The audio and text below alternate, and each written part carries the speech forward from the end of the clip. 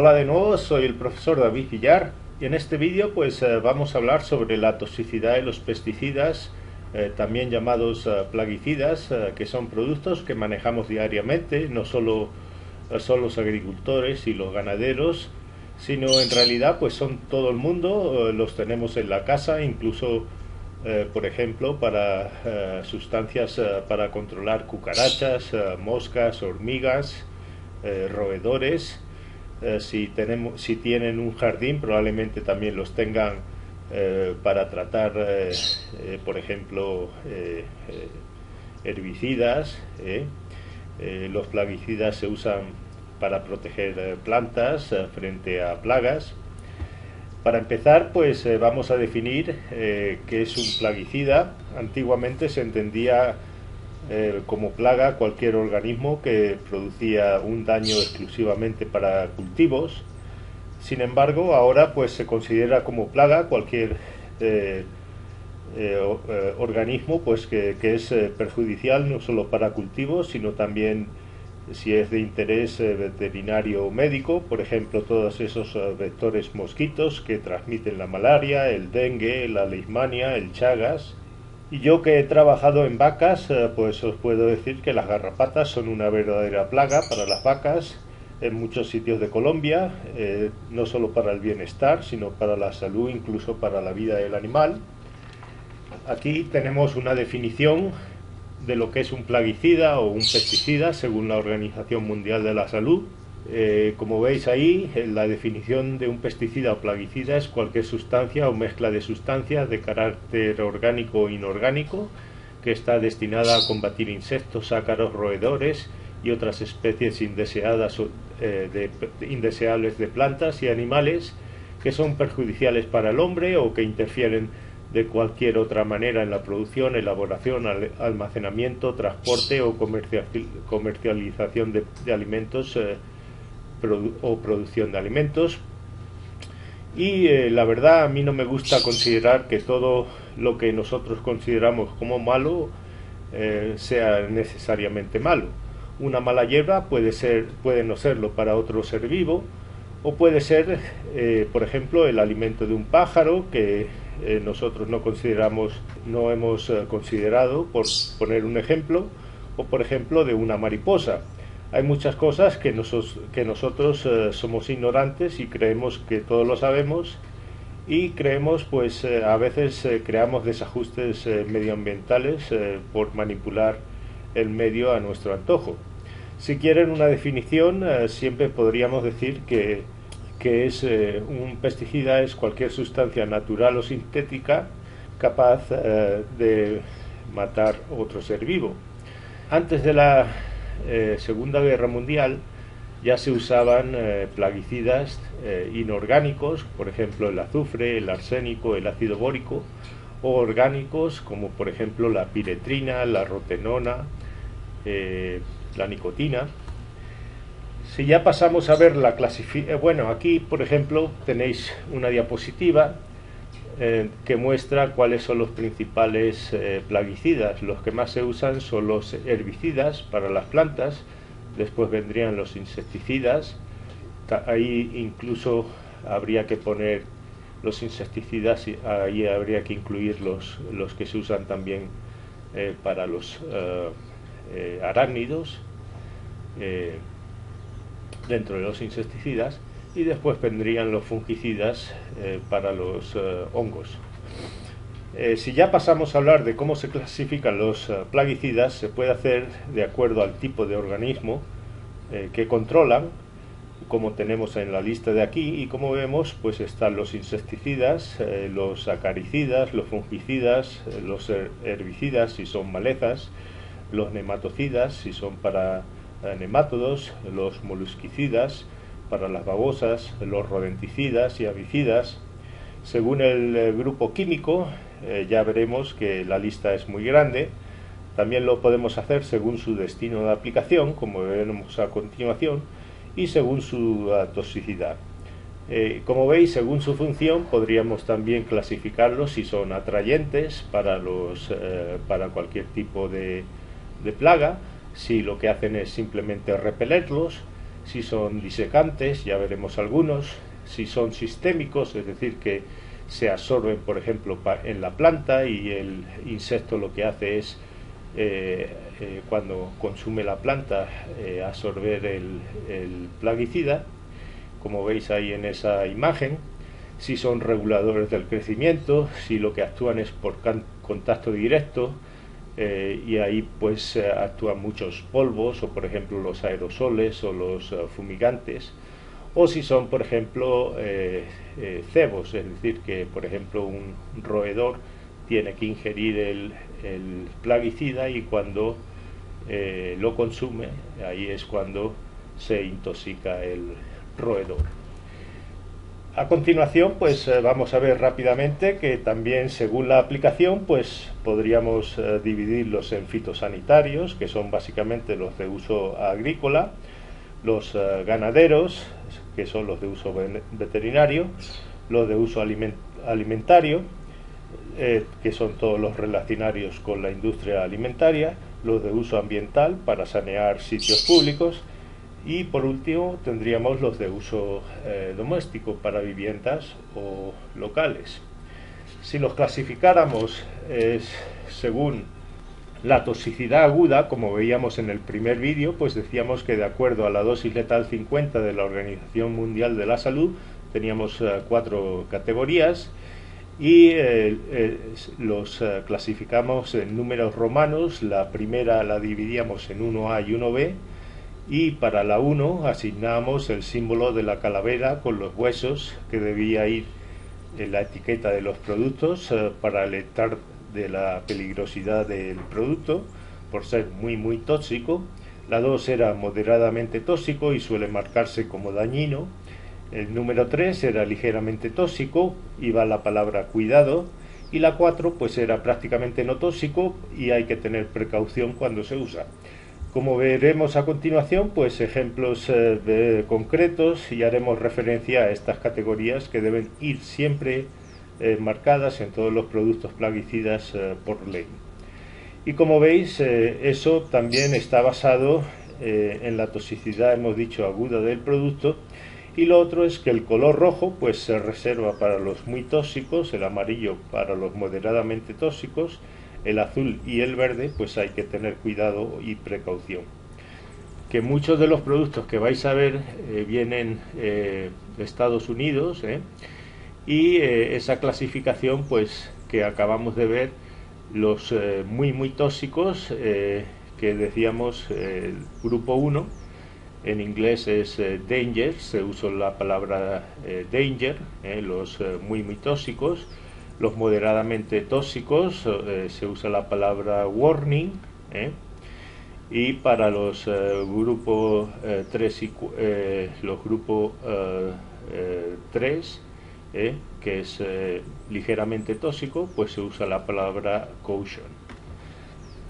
Antes de hablar de las aplicaciones, en esta diapositiva lo que veis es que la clasificación según sus grupos químicos como veis aquí, es muy grande, y vamos a ver que todos los productos siempre tiene que venir el nombre químico de la sustancia, para reconocer exactamente qué es lo que lleva el producto.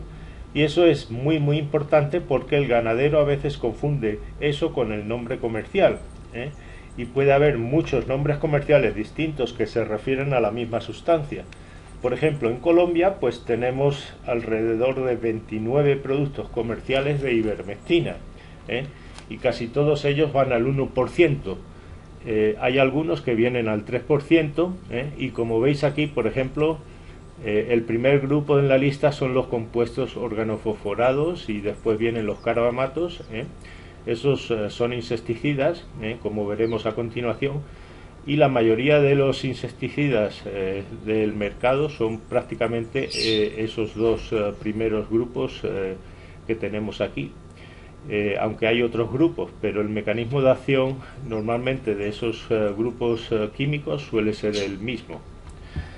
Pues bien, a continuación tenéis esta diapositiva. Básicamente la pongo aquí para deciros que el mecanismo de acción de muchos de ellos es, por ejemplo, a nivel de la neurona de los insectos, o por ejemplo de los ácaros o de los nemátodos o de otro tipo de plaga. Entonces siempre es bueno a veces mirar este tipo de esquemas, porque te da una idea de dónde actúan los plaguicidas.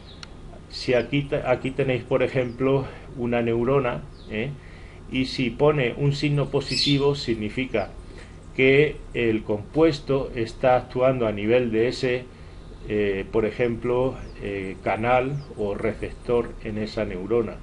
Por ejemplo, ahí tenemos por ejemplo las lactonas macrocíclicas, y pone un signo positivo, y ahí tenéis un canal de glutamato.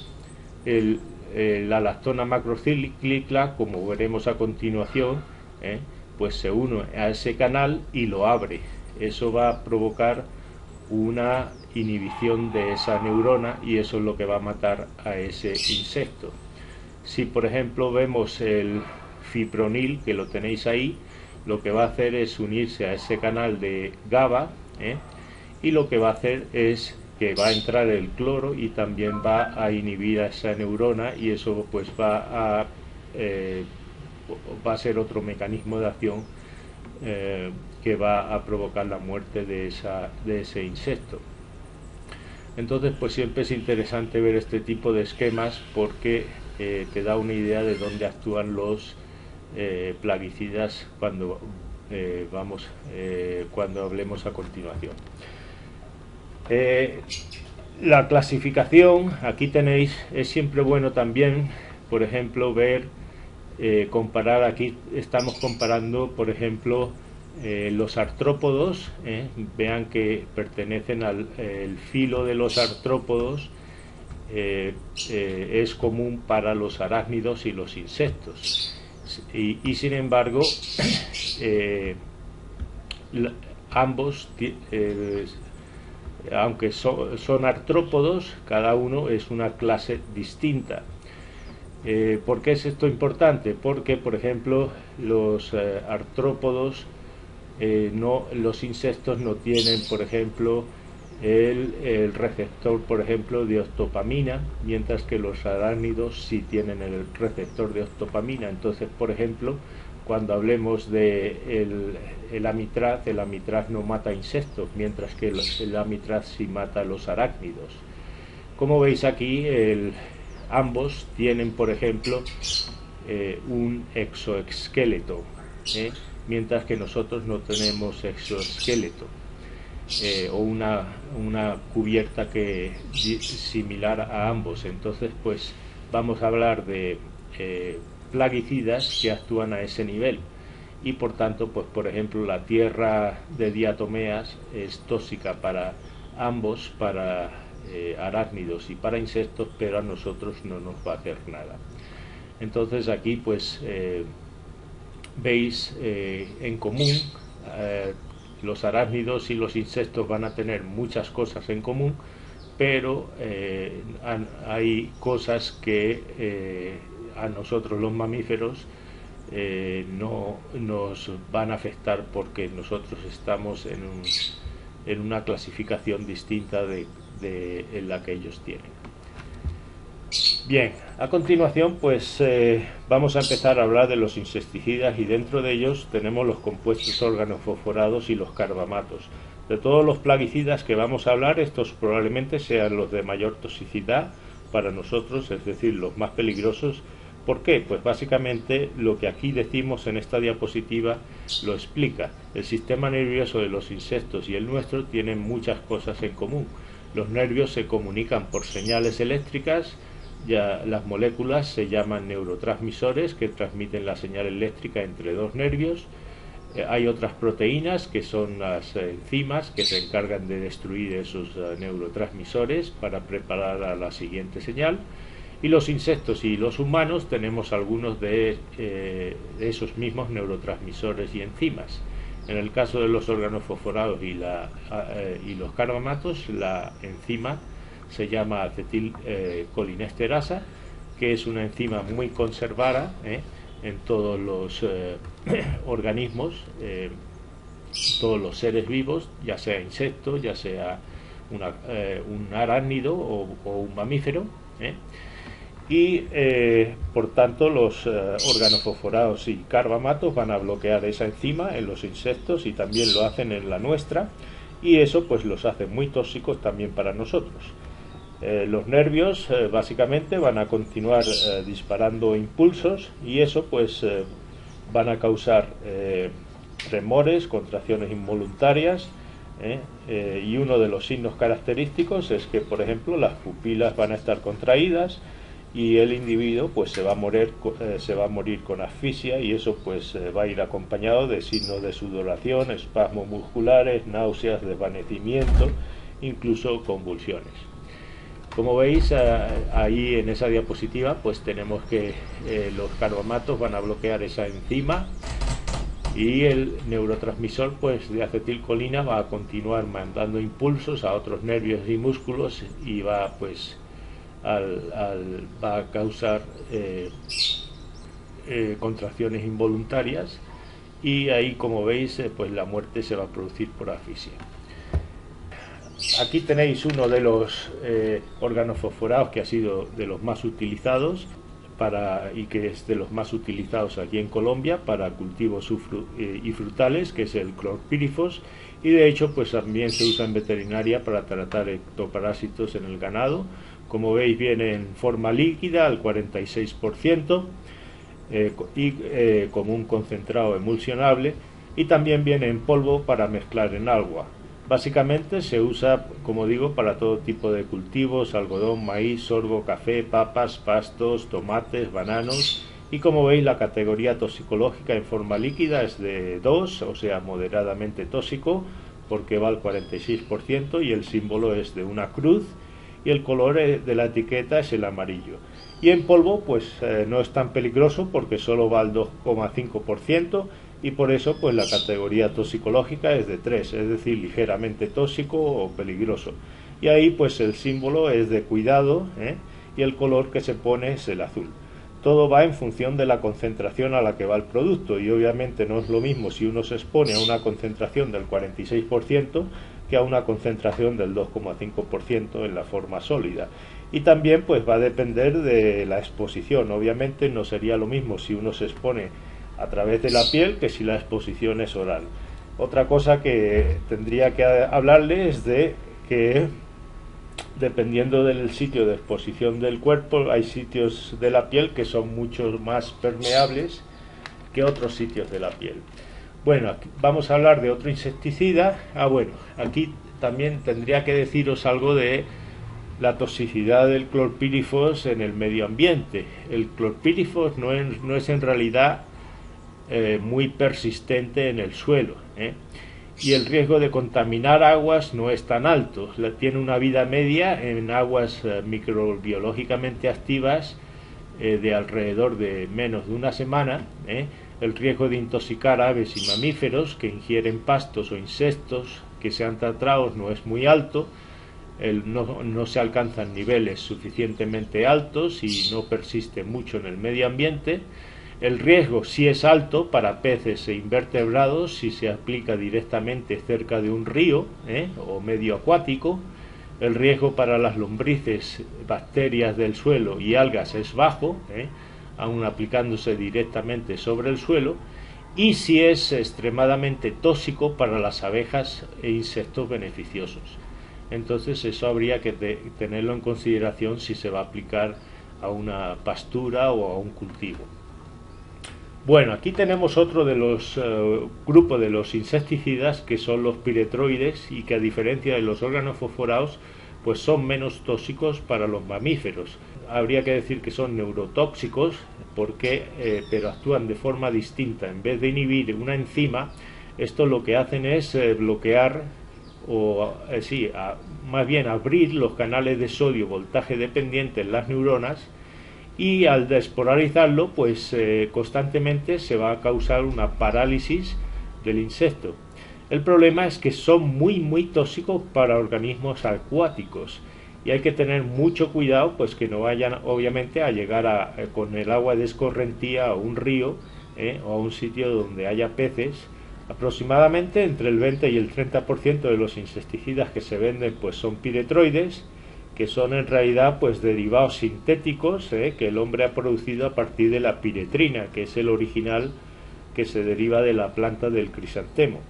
Como digo, pues son poco tóxicos para mamíferos y aves, y aquí pues la categoría es 2 o moderadamente tóxica, o sea que habría que tener cautela a la hora de manejarlo. Como ven, se combina con otro insecticida que es un agonista de los receptores nicotínicos, pero receptores nicotínicos específicos para los insectos, que es un neonicotinoide, es decir, que no se une a nuestros receptores. Y ese receptor, esa sustancia es el tiametoxan, o también otro neonicotinoide que es el imidaclopramid. Y la idea de combinar estos neonicotinoides con los piretroides es pues la de obtener un efecto sinérgico, es decir, que cuando los vamos a combinar los dos pues vamos a tener más eficacia que si los diésemos por separado. Esta es, como digo, esta misma categoría de insecticidas pues también la vais a ver que se usan en veterinaria pues para tratar parásitos externos tanto en perros como en el ganado. Otro insecticida que deriva de una bacteria del suelo es concretamente del Streptomyces avermitilis, es la abemectina, que es el que hablaba anteriormente, que es una lactona macrocíclica. Actúa de forma distinta a las anteriores, estimulando la liberación del neurotransmisor, actúan a nivel del receptor del glutamato, y también favoreciendo la liberación del neurotransmisor del GABA en las terminaciones nerviosas, y eso pues va a impedir la transmisión de las señales en las conexiones neuromusculares y va a paralizar los insectos, y no solo los insectos sino también a ácaros y helmintos, y eso pues tiene muchas aplicaciones también en veterinaria. Básicamente pues los ácaros van a dejar de alimentarse porque se quedan inmovilizados y pues van a acabar muriendo, y eso pues puede retrasarse varios días el efecto de ese plaguicida. Como digo, en veterinaria pues se usa mucho porque sirve para nemátodos y ácaros también, y aquí la aplicación agrícola pues es muy variada, tanto frutales como cultivos. Este tiene la ventaja de que se degrada pues rápidamente en el medio ambiente por microorganismos del suelo y también por la luz del sol, y en varias semanas pues va a desaparecer, y también se fija mucho al suelo, y eso tiene una ventaja, es que no va a contaminar los medios acuáticos, a diferencia de lo que decíamos de los anteriores, sobre todo de los piretroides y algunos organofosforados. Lo otro es que dicen es que penetra muy bien dentro de las hojas y forma de esa manera pues una reserva, y eso pues va a proporcionar actividad residual en las hojas, por tanto, aunque llueva pues la planta pues va a quedar de alguna manera protegida, y eso es lo que llaman un efecto translaminar. Se fija fuertemente al suelo, es decir, que no se lixivia, y como digo pues en el medio pues se va a biodegradar rápidamente. A continuación vamos a hablar de otro, que es el fipronil, y lo que hace pues va a hacer es inhibir los canales de cloro a los que se une el neurotransmisor del GABA. Se usa para un montón de plagas de cultivos de todo tipo: el algodón, papa, cebolla, rosas, arroz, aguacates, e incluso para el quicuyo de las pasturas de las vacas, en fin, un montón de aplicaciones. El problema es que es súper tóxico para las abejas, y si hay algún colmenar cerca pues va a acabar con todas las abejas que se acerquen a donde se ha aplicado. Y si ven la literatura pues van a ver que existen muchos casos de abejas que son los insectos pues más susceptibles y que se han muerto cuando se aplica cerca el fipronil. De hecho, por ejemplo, en Europa pues está prohibido totalmente usar el fipronil en agricultura, pues precisamente por eso, porque la planta va a absorber el fipronil y la abeja cuando ingiere la planta, pues a través del polen o el néctar se alimenta de la planta y va a matar a la abeja.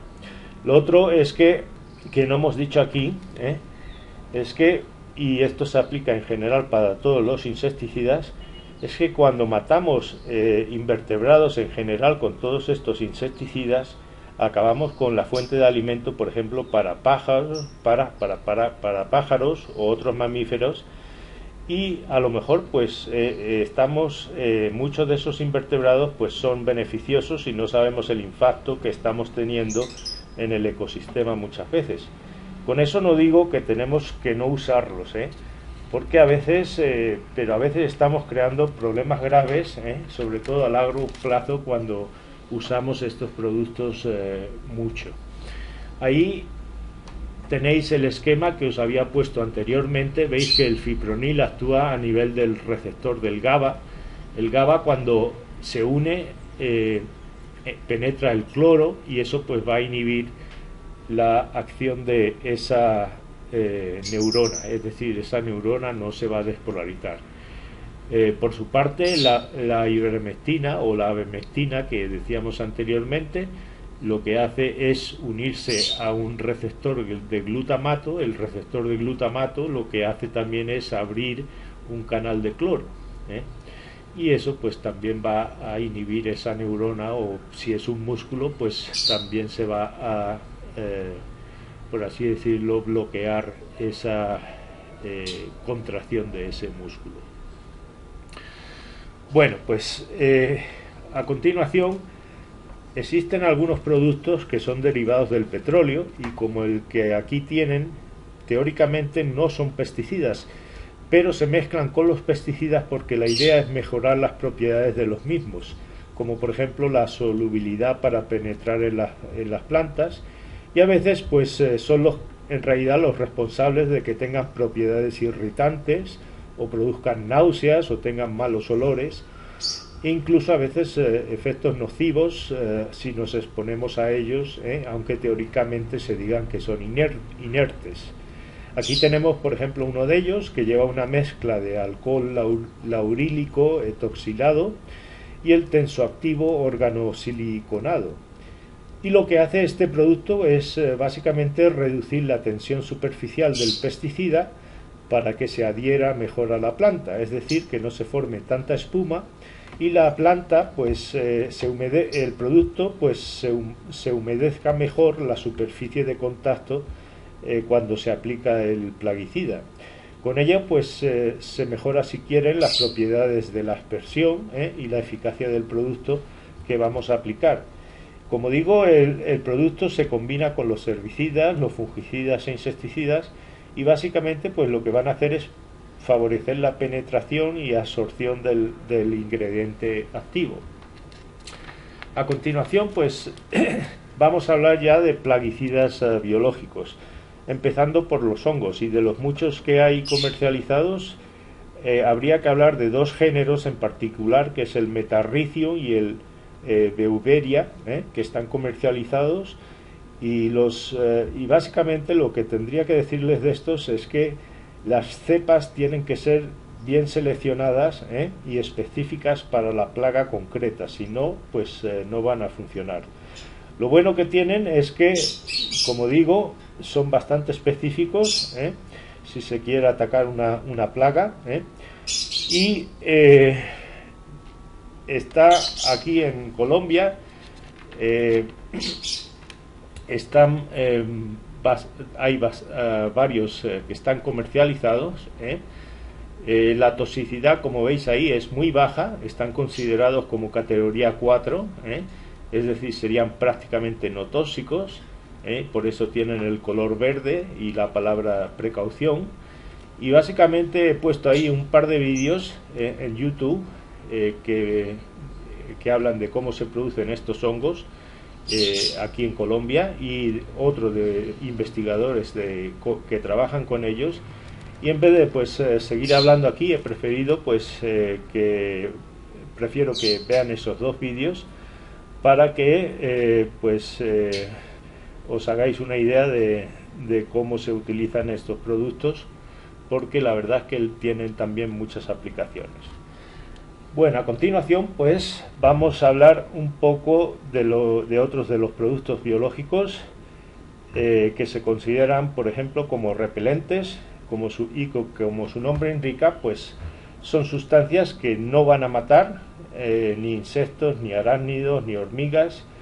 Lo que van a hacer básicamente es que van a impedir que se adhieran a una superficie.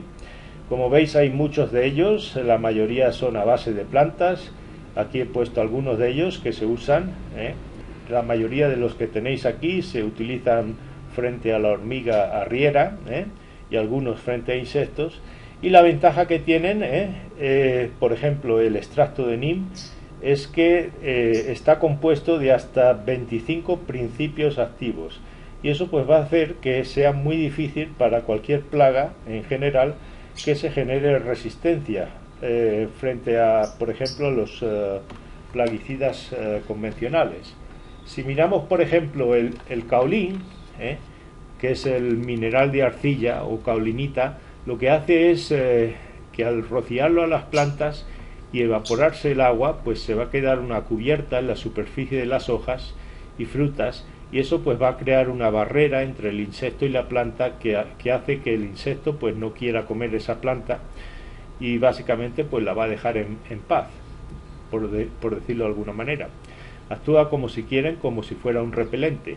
Y aquí pues por ejemplo el producto que se llama Surround, son básicamente unos polvos que cuando se mojan y se aplican por pulverización en las hojas, por ejemplo de los frutales, manzanos, naranjas, como digo, lo que hacen es repeler a los insectos para que no se coman las hojas y no vayan a poner huevos. A continuación pues os voy a hablar de otro de los productos pesticidas. Este es el último, que se usa como un pesticida orgánico. Esta es la tierra de diatomeas, y este tiene un montón de aplicaciones, no solo como plaguicida e insecticida, sino también tiene usos industriales. Como veis, pues deriva del cascarón de sílice de las algas marinas, que son algas microscópicas y que ahora vamos a ver, y básicamente pues se sacan de fósiles de la tierra que tienen millones de años, y que, como veis aquí, pues al triturarse, pues en realidad ya vienen triturados, porque son en realidad polvos de color blanco que se sacan de los fósiles. Y ahora pues vamos a ver al microscopio en las próximas diapositivas cómo se ven. Básicamente pues el mecanismo de acción es que absorbe la cubierta cerosa de los insectos y de los arácnidos, y es decir, de los artrópodos o todos aquellos que tienen un exoesqueleto, como decía anteriormente, y básicamente pues va a deshidratar ese organismo. Como nosotros los mamíferos y las aves pues no tenemos exoesqueletos, pues no es tóxico para nosotros. Por tanto, pues se puede usar para matar prácticamente todo tipo de plaga, ya sea insectos, hormigas, cucarachas, pulgas, garrapatas, chinches, moscas, pulgones. Aquí, como veis, los están aplicando en forma de polvo, en una casa, en el borde de una pared, probablemente para hormigas o cucarachas. Y también pues los están aplicando alrededor de una planta. También se puede aplicar directamente sobre las hojas de la planta, porque no es tóxico para la planta. Y obviamente si la infestación pues está directamente en la planta. La cuestión es que si llueve mucho, pues probablemente los polvos se arrastren al suelo y habría que aplicarlo de nuevo. De todas maneras, otra forma de aplicarlos, que no es probablemente tan efectiva, es disolver esos polvos en agua y aplicarlos en forma de suspensión en la planta y esperar que el agua se evapore. Lo que pasa es que obviamente la concentración de diatomeas que va a ir en la superficie de las hojas pues no va a ser tan grande, que si la aplicamos directamente en polvos espolvoreados, pero también pues se puede hacer, sobre todo si en a nivel de la superficie ventral de las hojas. Otra pregunta que os puede venir a la mente es qué tan tóxico sería para los insectos beneficiosos. Pues según la literatura, las abejas, por ejemplo, la verdad sería que no evitar aplicarlo a las flores en lo posible. De todas maneras, las abejas tienen unos pelitos en las patas que por lo general pues repelen y hace que no se pegue la tierra diatomeácea, y no es tan tóxico para las abejas como para otros insectos. Aún así, pues habría que evitar usarla en las flores en lo posible. Tampoco se dice que es tan tóxico para las lombrices. En realidad, las lombrices, aunque ingieran la tierra diatomea, pues no es muy tóxico para ellas. Aquí tenemos una foto microscópica de una diatomea a 1000 aumentos. Como digo, son organismos unicelulares que viven en los mares, y tienen paredes compuestas de sílice, y esa sílice, cuando entra en contacto con la cutícula de los insectos, pues se comporta como si fuese un cristal o un vidrio roto con nuestra piel, que les va a cortar y va a producir una herida o laceración, y muchas de esas heridas en la superficie de un insecto o un ácaro pues es lo que va a acabar matándolo. Aquí tenéis una diapositiva donde veis muchas diatomeas. Como veis, tienen formas y tamaños distintos, y macroscópicamente pues se ven como si fuera un polvo blanco. Cuando se diluye en agua y lo ponemos bajo el microscopio, pues básicamente lo que vais a ver es una imagen como aquí tenéis. Aquí se ven a 100 aumentos, y si lo aumentásemos a 400 aumentos, pues veis que tienen muchas formas: redondas, rectangulares, semicirculares, en fin, es un mundo. De hecho, pues estas diatomeas son la cadena primaria de los mares, a partir de la que se sostienen pues todos los peces, mamíferos marinos, ya sean ballenas, en fin, todos los mares se sostienen a partir de este fitoplancton. Con esto pues acabo este vídeo primero de plaguicidas. En los próximos vídeos pues hablaremos de otros, de los fungicidas, de los herbicidas y de los rodenticidas. Así que hasta la próxima, aquí me despido.